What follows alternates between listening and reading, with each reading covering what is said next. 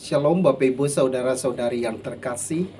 Mari kita menandai diri kita dengan tanda kemenangan Kristus. Dalam nama Bapa dan Putra dan Roh Kudus. Amin.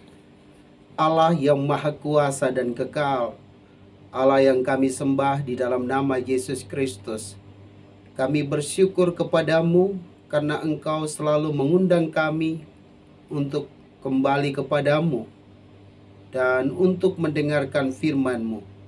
Bersabdalah kepada kami siap mendengarkannya.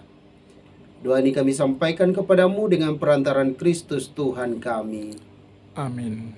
Tuhan bersamamu Dan bersama rohmu. Inilah Injil suci menurut Lukas. Dimuliakanlah Tuhan. Sekali peristiwa, Yesus turun dari sebuah bukit bersama dengan ke-12 rasul dan berhenti pada suatu tempat yang datar.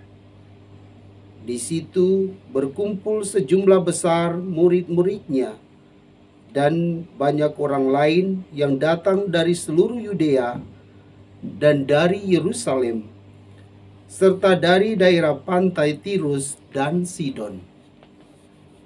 Lalu Yesus memandang murid-muridnya dan berkata, "Berbahagialah hai kamu yang miskin, karena kamulah yang punya kerajaan Allah. Berbahagialah hai kamu yang sekarang ini lapar, karena kamu akan dipuaskan. Berbahagialah hai kamu yang sekarang ini menangis, karena kamu akan tertawa. Berbahagialah kamu jika kamu dibenci, dikucilkan, dan namamu dicela, serta ditolak demi Putra Manusia. Bersukacitalah pada waktu itu dan bergembiralah, sebab sesungguhnya upamu besar di sorga. Karena demikian juga nenek moyang mereka telah memperlakukan para nabi. Tetapi celakalah kamu, hai kamu yang kaya, karena dalam kekayaanmu kamu telah memperoleh penghiburanmu. Celakalah kamu yang sekarang ini kenyang, karena kamu akan lapar. Celakalah kamu yang sekarang ini tertawa, karena kamu akan berduka cita dan menangis. Celakalah kamu jika semua orang memuji kamu, karena demikian juga nenek moyang mereka telah memperlakukan nabi-nabi palsu." Demikianlah sabda Tuhan. Terpujilah Kristus. Shalom Bapak Ibu Saudara-saudariku yang terkasih. Sering orang mengatakan bahwa inilah sabda bahagia yang diajarkan oleh Yesus kepada para muridnya dan juga orang banyak yang mengikutinya.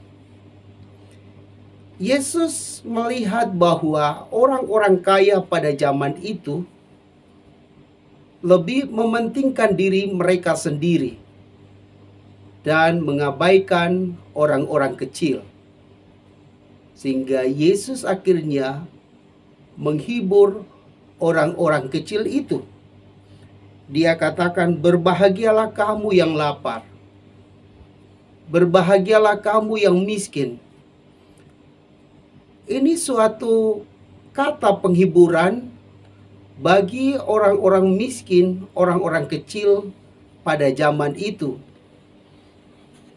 Supaya apa? Mereka terhibur. Karena Allah berpihak kepada mereka.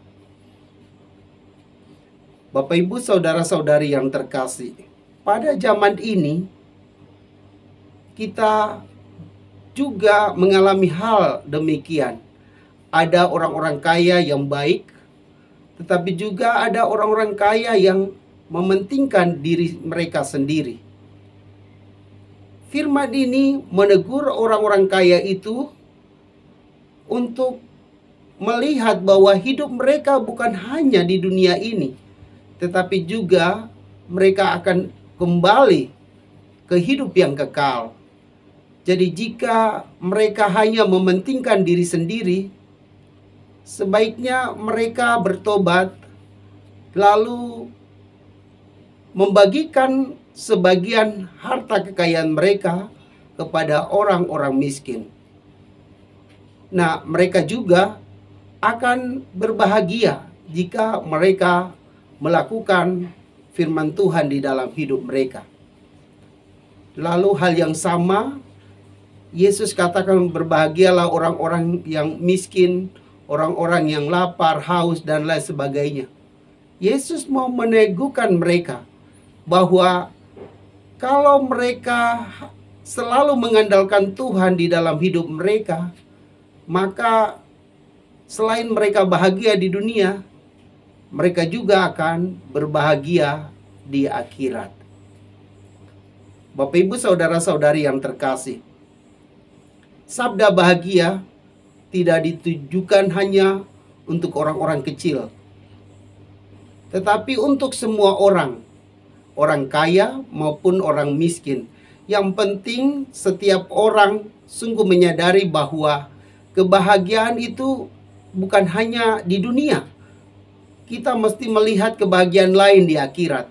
Sehingga kalaupun dia bahagia di dunia, lalu dia juga mempersiapkan kebahagiaan di akhirat dengan memperhatikan orang-orang kecil, melaksanakan kehendak Allah di dalam hidupnya, maka sabda itu akan menyelamatkannya di dunia maupun di akhirat.